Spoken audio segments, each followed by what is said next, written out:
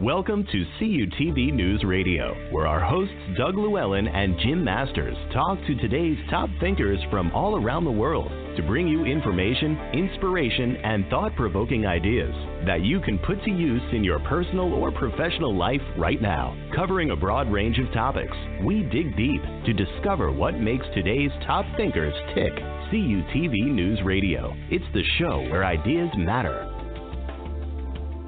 And now, here's today's host, Doug Llewelyn.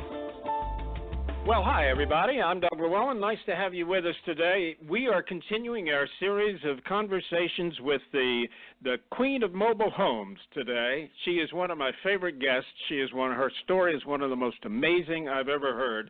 And if you haven't heard this lady, you are in for a real treat. Her name is Chimene Van Gundy, and she is known as the Queen of Mobile Homes. She's the founder and creator of a company called the Mobile Home Millionaire System, and she created Mobile Home Millions as a platform to teach others how to use mobile homes to earn money and transform their life. And in 4 years, let me tell you that she has found homes for almost 400 people. Let me tell you a little bit about her story because it's really, really amazing. She has wholesaled more than 150 mobile home units in 11 different states.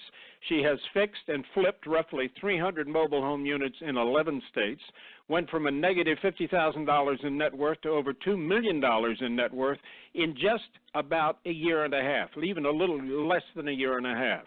Her achievements have gained her a nomination to be considered for the Rich Dad International Hall of Fame within 1 year, and she was chosen to be inducted into their Hall of Fame. And that's because she read the book Rich Dad, Poor Dad, and it helped change her life. I think that's probably why. Anyway, Chimene Van Gundy also has been featured in a collaborative book called Wealth for Women, where she is identified as one of the top 15 female real estate investors who can help people get wealthy in the field of real estate. She has an astonishing story. She's a very, very smart lady. And I should point out, she got a BA in criminal justice from the University of Texas in San Antonio. Then she worked numerous jobs in the corporate world as well as the lead paralegal for a number of law firms. But she got laid off in 2015 from her corporate job, and that's when she decided not to go back to a job for somebody else and to go it alone. And that's when she read Rich Dad, Poor Dad and says that book really changed her life. And the result is now she is known as the Queen of Mobile Homes. It's a great story, and not only that, it's great for people who hear about her and come in contact with her because she's helping people get homes and changing their lives. It's a real treat to have her back with us today. She, by the way, is based in New Braunfels, Texas. It's down near the Houston Space Center in that area. But this morning, today, actually it's it's still morning, she is in Hawaii on business, and she has gotten up at the crack of dawn to talk with us this morning from Hawaii. So let us say good morning to Chimene Van Gundy. Chimene, where are you? Let me guess, are you in Maui or are you in Honolulu? No, I'm in Honolulu. You are, okay. Well, listen, thank you for getting up in the crack of dawn to talk with us and tell us a little bit more about your story. It's just a great story. I told this to you before. I think you probably ought to pinch yourself to realize where you started in this world to where you are today. You know, it's been a while since you told us your story, and I think some people may be amazed because you're a product of the foster home system, right, as a child? Yes, I am. So in my youth, I was kind of thrust into the foster care system, and it had a very big impact on my life. How many different foster homes were you in? 27. 27 foster homes. You know, that's got to be earth-shaking to be a child and go through that. But you have survived, and I must tell you, you're obviously a very smart lady. You got into the University of Texas. Was that difficult, by the way, for someone with your background to get accepted into, you know, a really great school like the University of Texas? How did that happen? Yeah, so I obviously didn't have anybody to help me go through college, and so one of the great things about Texas, where I live, their foster youth actually get free college up until a doctorate's degree or med school, as long as they go to a state school. But since I was in foster care in Georgia, they didn't offer any of that. And so I went to a community college and got my associates of criminal justice there, and then transferred, when we moved to Texas, transferred to the University of Texas at San Antonio. Well, so that's, navigating that system, right? I didn't have parents to help me. I didn't have any of that. I just had to navigate it on my own. Well, your story is amazing. What made you want to focus in the criminal justice system? How, if you didn't have somebody encouraging you, you didn't have parents, what was it that made you think that's what you wanted to do? Well, in criminal justice, it's one of the behavioral sciences, right? And so there are so many different things that you can do with that as criminal justice. You can, become a paralegal. You could go to law school. You could do something with law enforcement. You could be a criminologist or a criminal profiler. There's so many different things that you could do with it. But you could, on the other side, with criminal justice, because it is a behavioral science, you could do something in social work, in the sociology field. So for me, I was really, really interested. I've always been very interested in law and how stuff has worked and happened. And so for me, it was the best choice for me because there was like 50 to 75 different professions and jobs that I could do with that degree. So it's what I chose, and it suited me very well. Well, that's very, very, very smart. And I want to point out something else, too. Being in the foster home system and bouncing from home to home, you really didn't have anyone take the time to, or no one did, teach you about money, about credit, about budgets, about things like that. And you have said that after hearing your husband say, you ought to read Rich Dad, Poor Dad, you did. Why did that help change your life? How did that come about? Well, when you're in foster care, you're just in survival mode, right? So something that the 600,000 kids in the U.S. currently that are in the foster care system suffer from is something known as trash bag syndrome. It's the same thing that I suffered from when I was in foster care. When you're moved from home to home, all of that you own goes into a black trash bag, and that's what you show up with at each of the homes that you go to. And so eventually, you obviously there's ramifications of that mentally and emotionally, and so you really begin to feel like that you're nothing more than trash, and that you're worthless. And so, even though I had grown up in my adult life, right, and I had done some really great things, it wasn't until I was laid off and super scared about what our future was going to hold when my husband said to me, honey, I believe in you. And I was 37 years old when I had somebody tell me that for the first time. And it was like magic. And he said, I believe in you. And something happened to me, and I just was determined. For the first time, I had somebody that actually believed in me and could believe that I could do something amazing. And that was all it took. Wow. Well, he should be so proud of you. Is he working in the firm with you? I would assume he is, but I could be wrong on that. No, he's not. I retired him last year. He has been a critical care nurse for 12 years and was kind of getting sick of when you're a trauma nurse, a critical care nurse, you see death a lot. And so he was getting tired of that, and so now he stays home and plays with our little girls. Well, I want to point out you're the mother of 5 children. You do still have some young ones around. You have some older children. And not only that, you have 5 different companies. You're a busy lady, and it's remarkable considering the fact you don't have a business degree, but you've learned on the job. You really have, haven't you? That's how it's done. Yes, absolutely, I have. And the thing of that, it's kind of different, right? You start really getting in there and learning business. And for me, it's something that I was very surprised, but it comes naturally. So, in my business, right, there's always somebody that has to be the visionary. Steve Jobs was the visionary in his business, right? He was. And so it's that same concept. So for me, It's walking into a situation, being able to see it differently, and I can almost map out in my head how that business is going to work in 10 minutes and if I can make it a multi-million-dollar business or not. And that's the difference. So it's fun. Let us talk. I so enjoy it. You obviously you do, and you're very, very good at it. Let's talk about how you fell into this or discovered this mobile home, rehabbing mobile homes, and how that could be a cash cow, not only for those of you who do it, but for the people who end up finding homes through you, because you've helped a lot of families, as I pointed out, at least 400 families get homes and change their lives. Where did this begin for you? Where did the Mobile Home Millions actually start? Talk a little bit about that.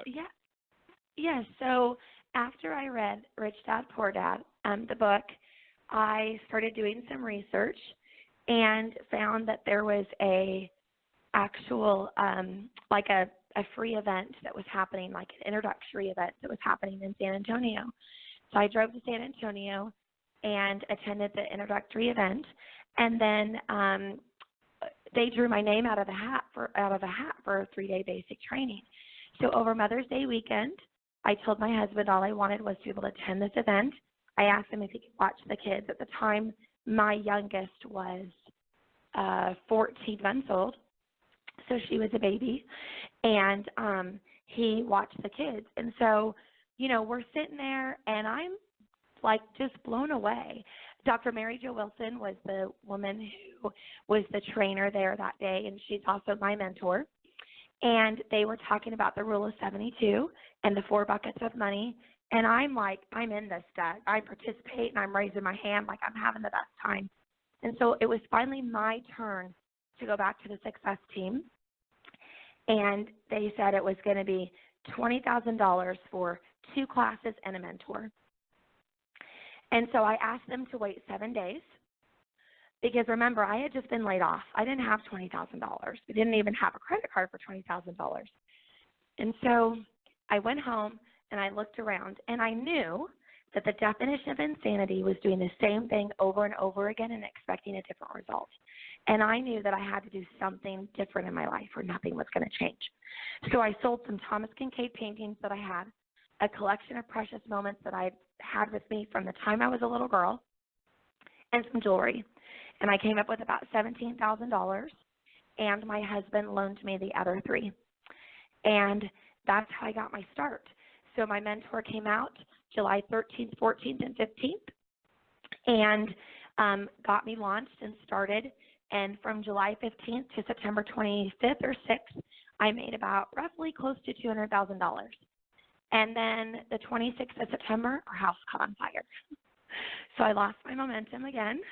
I had to deal with a house fire and my family being displaced and getting the kids to and from school. And we during those 4 months, we moved like 8 or 9 times. It was crazy. And then in 2016, I relaunched, and I haven't looked back. And so something that happened was people found out my background with being a paralegal and other stuff that I'd done. And so all these investors started saying, can you fix some title issues on my mobile homes? And I said, sure. And they didn't know how to navigate the system. So I started fixing title issues and then went to a tax sale because in Texas, there's a tax sale every month, the first Tuesday of every month. And I bid on a mobile home, like my mentor told me, and I won the bid. And I had all these other investors come up to me later and say to me, they said, we've got all these leads from mobile homes, and we don't want to deal with those people because, those people don't pay their bills. And the connotation was just very negative. And so I started taking their leads. And the next thing I know, I had about 50 mobile home deals in my lap, and I knew that I had something. And I didn't appreciate the connotation that they were using because there's a lot of really good people that live in mobile homes, and people in apartments cannot pay their bills as much as people in mobile homes. So I knew that I had a mindset challenge in the industry, but I'm in real estate, and I was going to niche down, and I was going to stake my flag. And this is where I staked my flag, and this is where I've stayed. Wow. What a story. What a story. So the company started off. I mean, it's just amazing what you've done. Totally, I'm really speechless a lot of times when I hear you talk and how you've been, what has happened to you, you know, in the interim since when you started to, and it's just been a couple of years, like 3 years, that this has really just taken off. You've now, it's 4. July was 4 years for me. Yep. Yeah, you've fixed and flipped at least 300 mobile home units.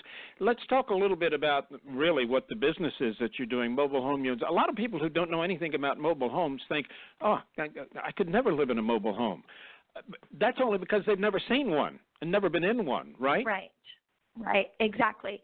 So a lot of manufactured housing in the United States, it's actually been made better.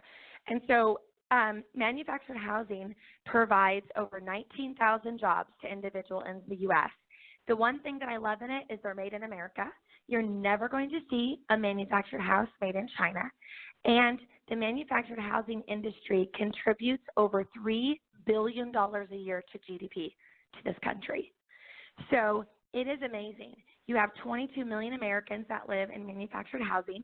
4.5 million of those make 6 figures or more a year in income. But you have a lot of families now where, you know, they're kind of getting smart, right? They don't want to be house poor. They'd rather live in a nice manufactured house for a quarter of the cost or half the cost and be able to enjoy their life, have their kids in activities, be able to live in a nice community and do some things with their families. And so you have this trend that's shifting. It is the only affordable housing left in the United States, period. There is none. And you know, when you say manufactured house, a lot of people don't realize that a manufactured home is actually made in a factory. They're put together, they're assembled like cars. And they really are very solid, and there's a lot that goes into a manufactured. If you talk to an owner of a company who makes manufactured homes, he'll tell you why they're better than stick-built homes, which is what a normal home built from the ground up. I mean, you know, they have a lot of benefits to them. Talk a little bit about what it's like to live in a manufactured home. Okay, tell me about that. So you can have a 3-bedroom, 2-bath. That's a single wide. So, you know, you can have a 14 by 70 or 16 by 76 or 16 by 80. And then you've got double wides, which are 2 pieces put together. And that just means that they're wider than longer. And then you've got, you know, triple wides where they're in 3 pieces. And so living in them, you know, you walk in, now on some of them, you can't even tell that they're manufactured houses. You know, if there's no vinyl skirting on the outside of them, when you walk up to one, you would have no idea that it was a manufactured house because of the way in which they're being built and they're evolving. But one of the ways that manufactured house is better than stick-built homes is how many times have you been at a construction site and you've seen 2x4s in the weather? They're getting rained on, held on, whatever it is. Then a week later, when the rain dissipates and leaves, that same material that's been out in the elements is now being framed for your house. Do you know that that's the number one cause of mold issues in the U.S. 8 to 10 years later is because they've had wood and stuff that has been left out to the elements, and eventually it rots from the inside out. And so that's one of them, right? And so because manufactured homes are built in a factory, they're not exposed to the elements. They're safer. They're not exposed to the elements. You're not dealing with any of that. And because it is built in a factory, it's precision, it's precise and precision. And so they're built in a factory, kind of like a car, and so costs are contained. So typically a new manufactured home is about $49 a square foot versus the U.S. average, which is $107 a square foot. So there's a lot of things about manufactured homes that are way different than stick-built houses. But at the same time, I have learned to just be passionate and love this asset class because it's an amazing asset class. And people can live really well in a nice community for not a lot of money. Well, you point out a lot of things that it's true. It's very true. And that's an amazing statistic about about building materials that are exposed to rain and weather and snow in the wintertime while homes are being built, and that years later there is an effect from that it could result in mold in the house. That's a stunning statement. That's very interesting. You know? Yes, 90% of all mold that is found inside of a house was due to the fact that the construction materials were actually left in the elements. Isn't that amazing? Wow, it is amazing. Well, what you have done, one of the things you have done, you have gotten into a really kind of unique aspect of this business, because you find mobile homes that are not in great shape. You take them over and rehab the mobile homes, and then you make these available to people who need a home and who don't have a lot of money, don't have $100,000 to put down as a down payment on a home. Tell me a little bit about that aspect of your business, because that's really what you did. That's what Mobile Home Millions is all about.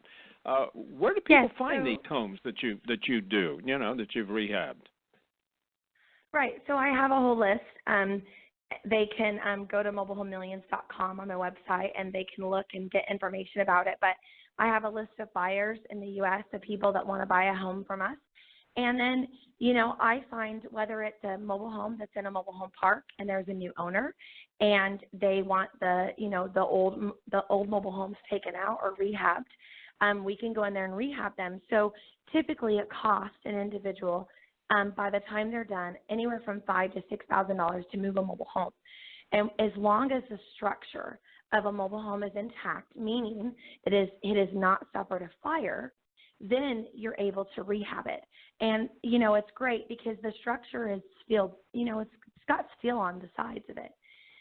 And so it's really, really interesting how this is done. So just like, fix and flippers with houses, like Flip This House on HGTV, they go in and they fix and flip old homes. It's no different than what I'm doing, except the difference is I can crawl under the mobile home, look at the guts of the mobile home, inside of the underbelly, and I can see the plumbing and the piping, and I can know almost to the penny what my rehab costs are going to be.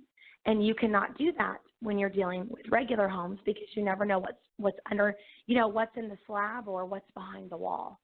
So it's been allowed me to be able to control my cost very, very well, right? I can go in there and know which rehab we need to do for the area, and then we're able to do that. And so one of the things that I learned very on was a strategy called assignment, and this is wholesaling. And a true wholesale is when you use an assignment agreement. So, Doug, I'm sure you've had a couple mortgages in your life. When you go and you close on a home, your stick and brick home, there's that paper in there that says they're going to be selling your note, your mortgage note, to another company. Have you ever had that happen, Doug? Oh yeah, sure, definitely. Yes. So that's an assignment. That's called and/or assigns. And what they're doing is they're selling the contract to another mortgage note holder that buys the note. So I quickly learned when I started, because I had no money and no credit when I started, that I actually could use the wholesale strategy, which is an assignment agreement, to be able to actually buy and sell mobile homes in the real estate field. And I didn't need a license for it, and it was legal, and all basically you're doing is selling that contract. And that's how I was able to wholesale 150 homes in 11 different states. And so that's just one of the many strategies that we teach you in Mobile Home Millions. So my thought was, my very first mobile home deal, I made $5,000. And I looked at my daughter, Bella, and I told her one day, I goes, Bella, do you realize that most people go to work and they work a 40-hour job, they're stressed out, they are barely making their kids' activities, because this is how I was before I started. I said, $5,000 is more than one person makes at a 40-hour job a week in a month. I goes, could you imagine if I could show one single mom how to do this, one college kid strapped with debt how to do this, one empty nester, one mother with young children, and they're just starting out and they're struggling financially. If I could just show one person how to do one deal a month and they made $3,000 to $5,000, how that would change their life. That's so true. So that's where Mobile Home Millions, and that's where Mobile Home Millions started. And the best thing is, Doug, is I'm having students with success. We had a woman make $44,000 in 3 days using our system. Crazy. Well, it's crazy. That's crazy. It's amazing. I was just going to point out that's one of the things you're doing in addition to rehabbing homes yourself and making them available to to people who are looking for homes. You're teaching others how to do exactly what you've done. You have webinars that you're treating. You're teaching them you're giving them free training, step-by-step training, and mentoring and navigation through the whole process. Where do you do this, by the way? I know you have the webinars. Oh, it's all on the website then, isn't it? Or is it? Yes, it is. So they sign up for my webinars, and every Thursday I teach an hour webinar, and it's really giving information, right? If people don't want to buy my system, they don't have to. That's fine, but they're going to get some really good information in that webinar. They're going to find out why mobile homes are little boxes that spit out cash, how I get 25 to 30 mobile homes for free every month, and how you actually can buy and sell mobile homes without being a real estate expert or having a real estate license. And so typically if I'm not traveling, I teach that every Thursday on a live webinar, and it's recorded, so then we can send out a replay in case somebody can't see it. But, yeah, I love it. And the fact that I'm having so much success with my students is just mind-blowing. So I am having I think we talked about this too, but in January, the 10th, 11th, and 12th at the San Antonio Riverwalk, I'm having Mobile Home Millions Live, and it's going to be a 2.5-day training event where we're going to train on mobile homes, train on the industry, and give some little inspiration in there as well. And so I'm really excited about it. You should be. And there's the one other aspect. Let me just bring this up about living in so-called mobile homes or manufactured homes. There's people that refer to them, they're trailer trash. You live in those homes and, in those communities. That's not true. You pointed out a lot of them are making very good money, but living in those communities, they've become very nice, haven't they? Some of them, most of them. Yeah, they are. I mean, you've got golf court, you've got golf cart, trails or sidewalks. So they're golf cart communities. You have pickleball courts, tennis courts, swimming pools. You have clubhouses where they have bingo night, bunko night. Reading clubs. You name it, they have it. You see this all over North Carolina, Florida, Texas, Alabama, Arizona, especially in the southern states.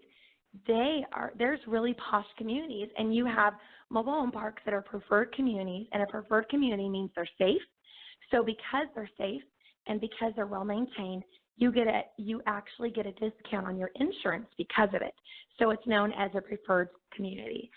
And so, yeah, it's not what you think of anymore, where you think of, the trailer trash, where the home is dilapidated, and then you've got the man out there missing a couple teeth smoking the cig with the beer belly, right?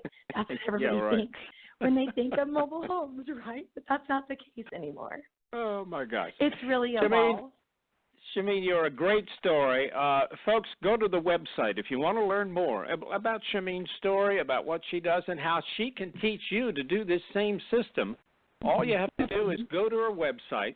It's Mobile Home Millions, mobilehomemillions.com, and that's where you can get an education on how to do very similar things to what Chimene has done. Chimene, thank you very much. This is a fabulous story you tell, and I'm so glad you've taken the time out to let us talk to you and get some more information from you. I know you're on a business trip in Hawaii. It's 5:30 in the morning over there right now, so I would encourage you to go back to bed and then get up and get us time. Okay? And have a good day. Thank you so much. You too. Bye-bye. You're very, very welcome. There she is, ladies and gentlemen, the one and only queen of mobile homes, Chimene Van Gundy. She'll be back again. We'll be talking to her in another week or so. She's an amazing, amazing lady, and what an amazing story she has to tell. I just love it. It's great. You've been listening to CUTV News Radio. If you want to learn more about our programming or perhaps be considered for a future show, visit us on the web at www.cutvnews.com. And if you enjoyed listening to today's show, subscribe to our podcast on iTunes or Stitcher, and be sure to write a review. Thanks for listening, and from all of us at CUTV News Radio, we hope you have a productive and inspired day. And that includes me. I'm Doug Llewelyn, and it's nice to be with you, folks. Have a great day. We'll see you next time. Till then, bye for now.